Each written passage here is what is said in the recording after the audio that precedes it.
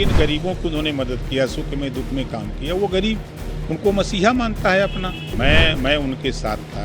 मैं देखिए कौमी एकता दल जब उनका था तो हम लोग मिलकर के चुनाव लड़े थे।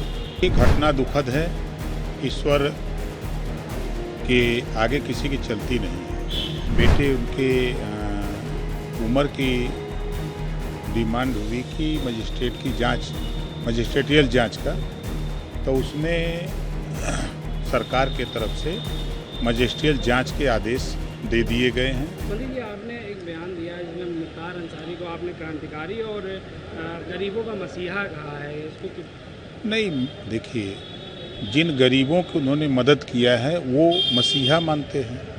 जिन गरीबों की उन्होंने मदद किया था वो उनको मसीहा मानते हैं। ये बात मैंने कही। तो आपने क्रांतिकारी भी कहा था क्या? नहीं, मैंने कहा कि जिन गरीबों को वो मदद किए हैं सुख में दुख में, तो वो उनको मसीहा मानते हैं। अच्छा, अफजाल अंसारी हैं, उनके बड़े भाई, उनका आरोप है कि उनको जहर दे के मारा गया और इसके पीछे जो है माफिया ब्रजेश सिंह को बचाने की साजिश है और मुख्तार अंसारी उनके फ़ोन पे भी कह चुके हैं कि देखिए घटना दुखद है, ईश्वर के आगे किसी की चलती नहीं है। और जो मेडिकल रिपोर्ट आई है वो रिपोर्ट यही है कि हार्ट अटैक से है। जैसा कि बेटे उनके उम्र की डिमांड हुई कि मजिस्ट्रेट की जांच, मजिस्ट्रेटियल जांच का, तो उसमें सरकार के तरफ से मजिस्ट्रियल जांच के आदेश दे दिए गए हैं। जांच भी शुरू हो गई है। आपने कहा कि जिनके साथ जो गरीब हैं वो मसीहा कहते हैं, आप क्या कहेंगे उनको, मुख्तार अंसारी को? आप किस? मैं फिर कह रहा हूं, जिन गरीबों को उन्होंने मदद किया, सुख में दुख में काम किया, वो गरीब उनको मसीहा मानता है अपना। आपने बहुत पहले उनको क्रांतिकारी कहा था, आप अपने देखिए मैं उनके साथ था। मैं देखिए कौमी एकता दल जब उनका था तो हम लोग मिल करके चुनाव लड़े थे। फिर उसके बाद हम लोग समाजवादी पार्टी के साथ गए, फिर उनसे मिल के चुनाव लड़े।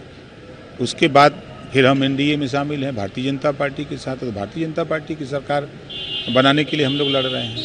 उनके जाने से पूर्वी उत्तर प्रदेश में कुछ नुकसान? कोई नुकसान नहीं है, कोई नुकसान नहीं है।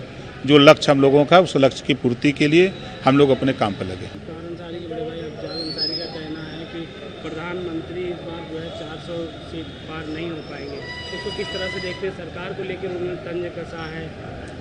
देखिए अब वो पॉलिटिकल मामला है और एक लक्ष्य लेकर के हम लोगों ने पूरे देश में आंदोलन शुरू किया है और 4 जून 400 पार रिजल्ट आएगा। अरे सर, इंडिया अलायंस के बड़े नेता जो है रामलीला मैदान में, दिल्ली के रामलीला मैदान में बड़ी रैली करने वाले हैं, उसको किस तरह से देखते हैं? लोकसभा चुनाव को लेकर एक इकट्ठा होंगे सब इंडिया गठबंधन।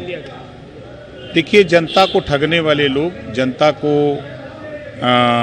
गुमराह करने वाले, गुमराह करके वोट लेने वाले लोग इकट्ठा हो रहे हैं। आज अगर ये लोग काम किए होते तो आज पिछड़े दलित अल्पसंख्यक कहाँ होते? आज उठा के देखिए पूरे देश में, अगर हम यूपी की बात करें 75 जिले में अल्पसंख्यक कहाँ खड़ा है?